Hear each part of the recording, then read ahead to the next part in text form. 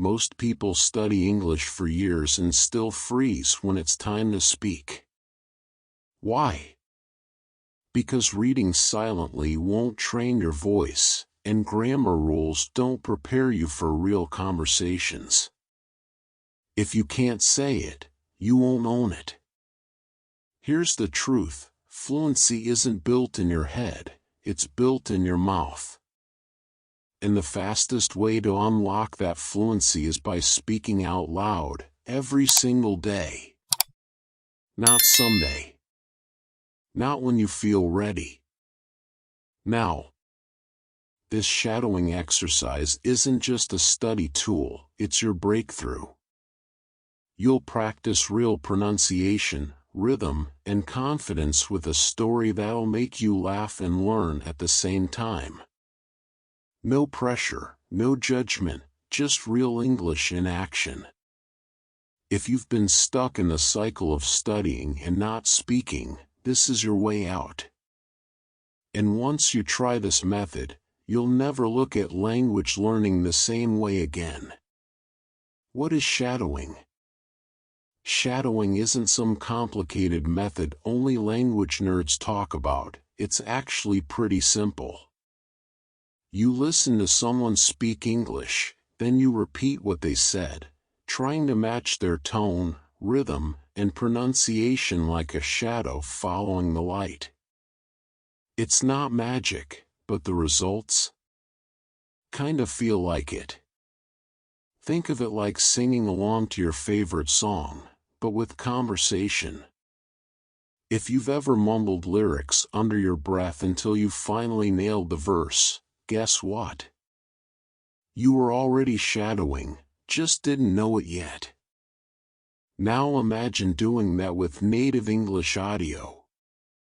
Game changer. To make this work, all you need is your ears, your voice, and something worth repeating.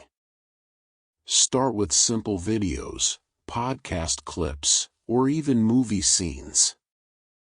Pause after each sentence, repeat out loud, then listen again. You'll notice your pronunciation getting sharper, almost like polishing a mirror. And here's the beauty: while your mouth gets used to the sounds, your brain starts to memorize them too. Over time, this isn't just speaking, it becomes second nature. And speaking of second nature, let's talk about a moment when English went hilariously wrong for someone on a trip. A funny travel story. She had just landed in a new country, wide-eyed and ready. With her small suitcase, a tired smile, and basic English, she flagged down a taxi and said, "I want to rest." Simple, right? But what the driver heard was, "I want to wrestle." Yep, wrestle. His eyebrows shot up like rockets. "You want to wrestle?" he repeated, half laughing, half confused. She nodded, clueless, thinking she was clear. The poor guy looked around, unsure if he was being pranked or invited to a fight in the back seat. It wasn't until she pulled out her phone and showed the hotel name that the light bulb went off. "Oh. You mean, rest," he said, relieved. She laughed. He laughed. And what could have been super awkward turned into a funny story she'd tell forever. See, one small word can flip the whole meaning. That's why practicing your speaking and listening isn't just useful, it's essential. And this isn't even the worst case scenario. Things get real fast when homophones enter the mix. Real-life language challenges. Now, imagine her heart racing in that taxi, all because of one word. Rest and wrestle, they sound kinda close, right? But wow, what a difference! That's the kind of mix-up that can turn a quiet trip into a surprise wrestling match. This is what happens when pronunciation and vocabulary don't work together. You might know the word, but if it sounds like something else, you're playing language roulette. It's not about being perfect, it's about being understood. And that's where practice makes the real difference. Homophones, words that sound alike but mean different things, are sneaky. Rest and wrestle, there and there, peace and peace, just to name a few. One small mistake can flip the whole message. That's why listening carefully, then speaking slowly, is a smart strategy. And that's also where techniques like shadowing help sharpen your ear. You start to notice how native speakers glide over sounds or stress certain words. And when you train that ear, you train your voice. But before you rush to fix every mistake, there's something even more powerful to remember. Mistakes are normal. Here's the truth, everyone makes mistakes. Yes, even native speakers. They mix up words, forget grammar, say the wrong thing at the worst time, and guess what? The world keeps turning. So why do learners feel like they have to get it all perfect? One of the biggest blocks in speaking English is shame. That tight feeling in your chest when you mispronounce a word or use the wrong verb. But the real flex? Smiling, correcting yourself, and moving on. Mistakes aren't signs of failure, they're proof you're trying. Think about it, kids make mistakes all the time, and no one laughs. In fact, that's how they learn. You don't punish a child for saying goat instead of went. You guide them. So be that kind to yourself too. Stay calm. Breathe. Try again. Because the moment you stop being afraid of messing up, you unlock a whole new way of learning. It becomes lighter, more playful, and it opens the door to one of the most powerful tools in language learning, repetition through listening and speaking. Listening plus speaking practice. Here's where things get exciting.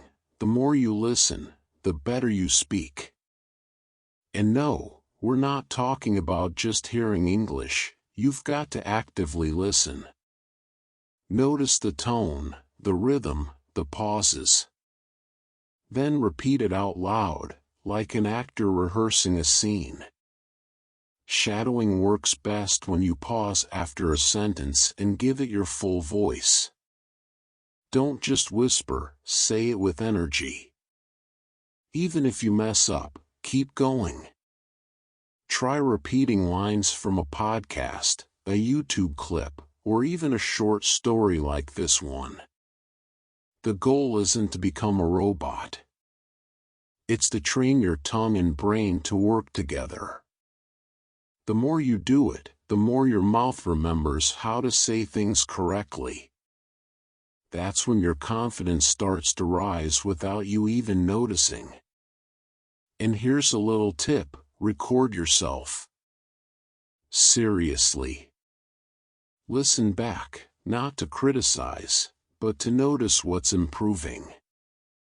It's like watching game tape. The more you listen, the more you grow. And while you're at it, let's fill that brain with some words you can actually use on your next trip. Vocabulary and phrases. Learning vocabulary isn't about memorizing endless word lists. It's about using words in real situations. Take phrases like where from, or getting up, simple, right? But they're golden when you're traveling or chatting with someone casually in English. Imagine arriving at a hotel and hearing, where from? That's not bad grammar, it's fast, real-life English. Instead of freezing, you smile and say, Brazil. Boom, connection made. Or picture this, someone says, he scratches his head. That little phrase tells a story without needing a whole paragraph. Action verbs bring English to life. Rolls down the window, points at the map, waves goodbye. These are the phrases you'll see and hear in real conversations. Start noticing them in movies or books. Jot them down. Use them in your shadowing sessions. The magic happens when those words stop being words and start becoming reactions. Your brain hears, understands, and responds without translating. That's fluency knocking on your door. And guess what makes that door swing wide open? A little bit of laughter. Humor enhances learning. Let's be real, boring lessons don't stick. But a funny story? That stays with you. When you laugh, your brain relaxes. And when it relaxes, it remembers.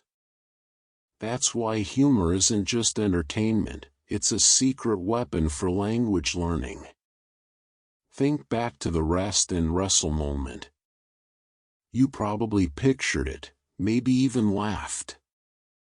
And guess what? You'll never forget those 2 words again. That's how the brain works, it links emotion to memory. So yes, laughter literally helps you learn faster. Next time you hear a funny mistake, don't feel embarrassed, use it. Make a note. Say it out loud again. Then laugh and move on. Some learners even create silly sentences on purpose, like the banana is driving a bus, just to remember the grammar structure. Learning English doesn't have to feel like homework. It can be joyful, playful, even ridiculous sometimes. And when you're smiling through it all, you'll find that even people around you respond better. Especially in cultures where kindness and patience go hand in hand with communication. Cultural note. One of the biggest fears learners have is, what if I mess up? But here's something most people don't realize, many native speakers are incredibly patient. Especially when they see that you're trying. Effort goes a long way in any culture. Take that taxi driver in the story. He was confused, sure, but he didn't laugh at her or shut her down. He paused, listened, and helped figure it out.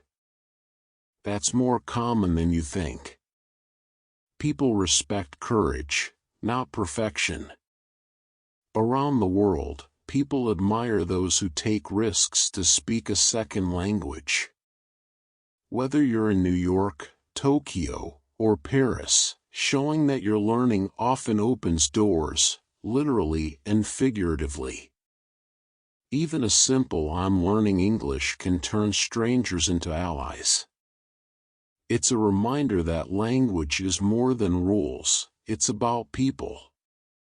Real people, with patience, curiosity, and sometimes a smile when things get weird. And when you embrace that, you're already ahead. So let's wrap all of this into one powerful truth. Key takeaway. If there's one thing to remember, it's this: don't let fear stop you from speaking. Not fear of mistakes, not fear of judgment, not even fear of your own voice. Because the only way to speak better English is to actually speak. Shadowing, repeating out loud, making silly mistakes, it's all part of the process. No one learns by being silent. You grow by trying, failing, laughing, and trying again. That's how confidence is built, in action, not in theory. Speak in the mirror. Talk to your dog. Record yourself reading out loud. Say the same sentence 20 times if you need to. What matters is that your mouth starts owning the language. The more you do it, the more natural it becomes. So let go of the need to be perfect. Hold on to the desire to grow. And above all, keep your sense of humor. Because if you can laugh while you learn, you're not just studying English, you're becoming fluent in life. Now it's your turn. How many times will you repeat this lesson today? Once? Twice? 10 times? The real question is, how far are you willing to go to speak English clearly, confidently, and without fear? Don't just watch, practice. Open your mouth, speak out loud, and own every mistake. You don't need perfect grammar to be understood. You need courage, consistency, and the will to sound better with each try. So, are you serious about this or not? Drop a comment and tell me, what word or phrase gave you trouble today? Let's talk about it. And if this helped you, hit that subscribe button and turn on notifications. There's way more coming that'll push your English even further. And hey, don't stop now. Watch the next video and keep going. You're already building momentum. Keep moving. Keep growing.